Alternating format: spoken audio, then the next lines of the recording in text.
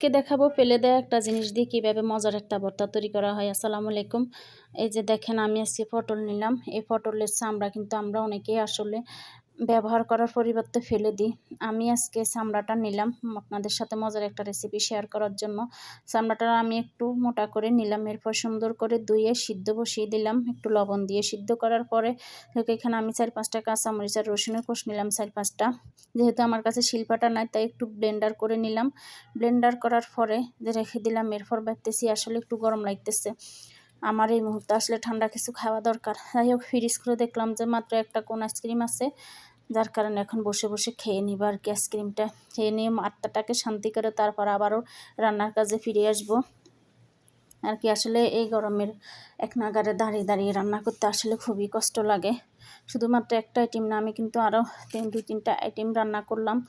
এরপরে যাই হোক, আইসক্রিম খেতে খেতে ভাবলাম যে এবার রান্নাটা করে নিই। আইসক্রিমটা খাওয়ার পরে এবার চুলার উপরে একটা কড়াই বসিয়ে সুন্দর করে বড় সাইজের একটা পেঁয়াজ কুচি দিয়ে তেলের মধ্যে সুন্দর করে নেড়ে নিতেছি পেঁয়াজটা নরম হওয়া পর্যন্ত, যাতে করে একটু হালকা ব্রাউন কালার হবে।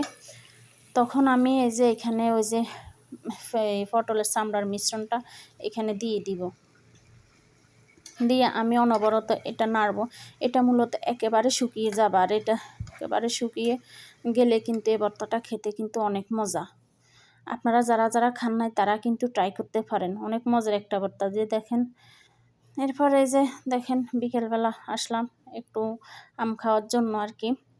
ও আম খেতে কিন্তু ভালো লাগে। বর্তমানে আসলে বাংলাদেশের যে অবস্থা, ফলের দাম অতিরিক্ত বেশি, আসলে তো নাই। মূলত এটা তো আমের সিজন, কিন্তু আমার কাছে কাঁচা আমটা অনেক মিস করি, যেহেতু আমি বর্তমানে বাংলাদেশে নাই।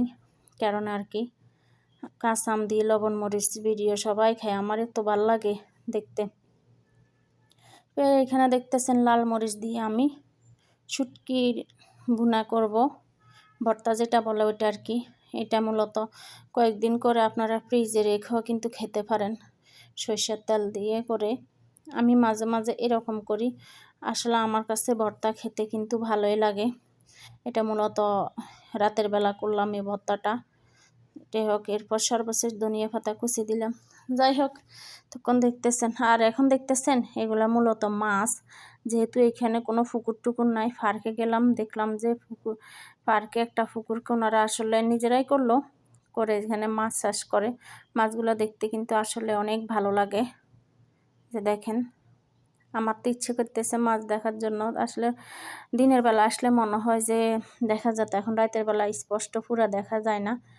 আর এই যে দেখেন, এখানে মানুষ সবাই দেখতেছে, হাঁটতেছে, আর আমি শুধু মাছ দেখতেছি। আমার কাছে মাছ দেখতে ভালো লাগে। যাই হোক, আমার ভিডিও কেমন লাগছে লাইক কমেন্ট শেয়ার করবেন।